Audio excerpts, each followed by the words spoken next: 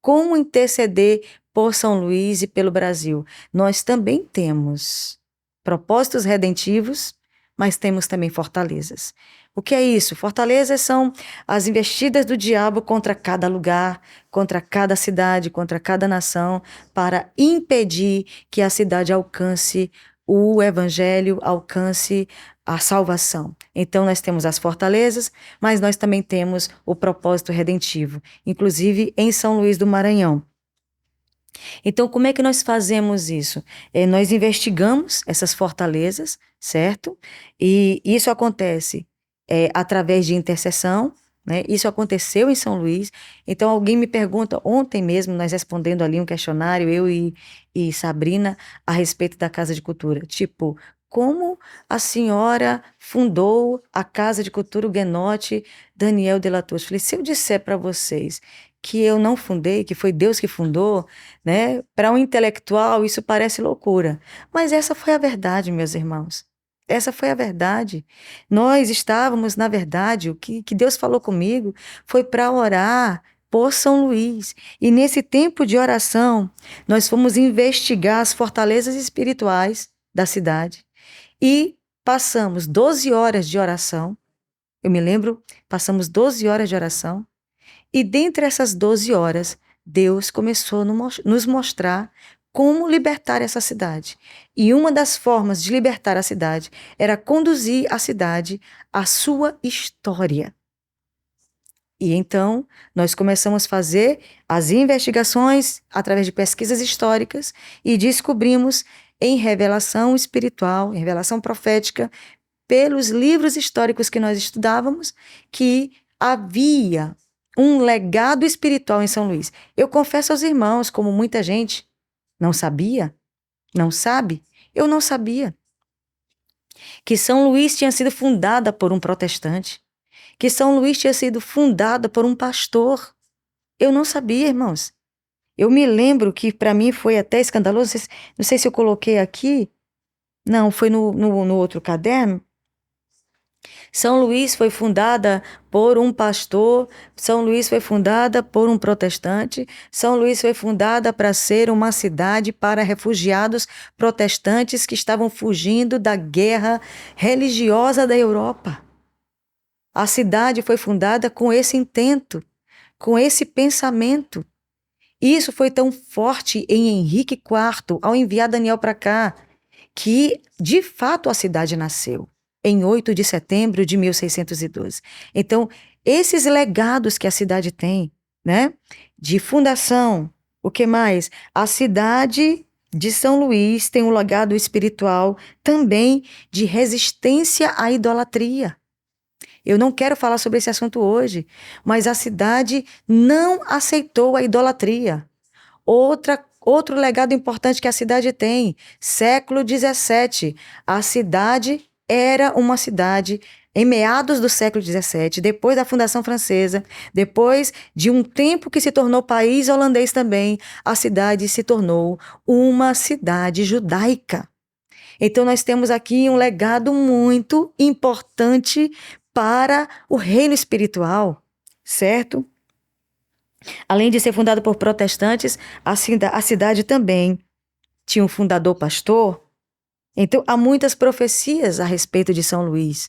Muitas. E eu acredito plenamente que o avivamento do Brasil tem que passar por São Luís, porque São Luís é um lugar de coisas profundas e de coisas altas demais, né? É o céu mais alto e as águas mais profundas. Então nós temos muitas coisas aqui para nós compreendermos, sem falar, irmãos, que São Luís foi a capital setentrional do Brasil. O que quer dizer isso, pastora?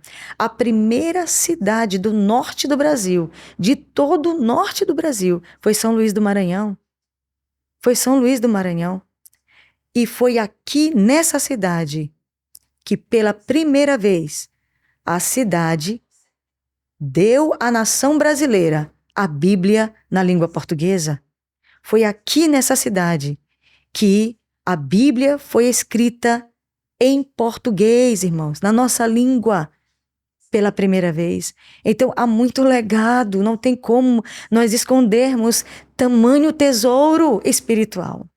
temos motivos de orar aqui, temos motivos de nos reunir e proclamar coisas novas para a nação brasileira.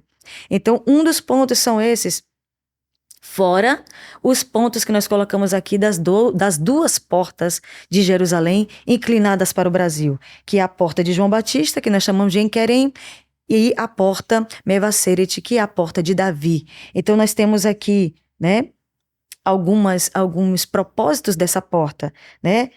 Essa porta é a adoração e oração, a adoração através da canção de Zacarias e Maria, foi feita naquela porta.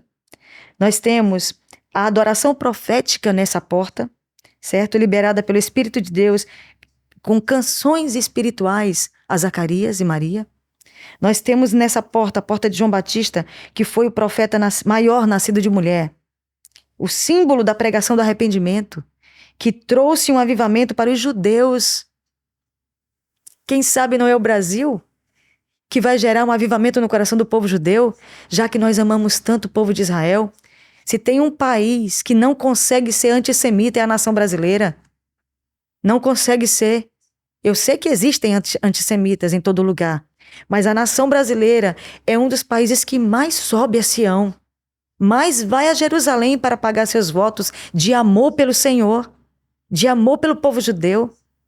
E o meu pastor que gosta de falar, sem falar, no Oswaldo Aranha, que foi o que assinou para que o Estado de Israel se tornasse nação.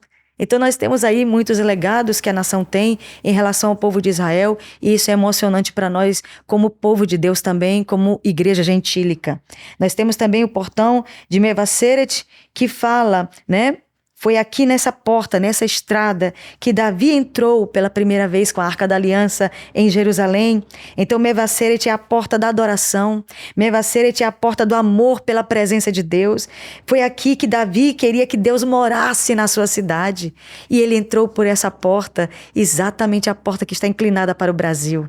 Irmãos, são coisas muito tremendas, né? A Sabrina já falou, foi nessa porta, é essa porta, o caminho de Emaús, onde o Senhor abriu os olhos dos seus discípulos, né? E os seus corações queimaram. O Brasil, ele tem uma mistura de profecia, de arrependimento, de quebrantamento.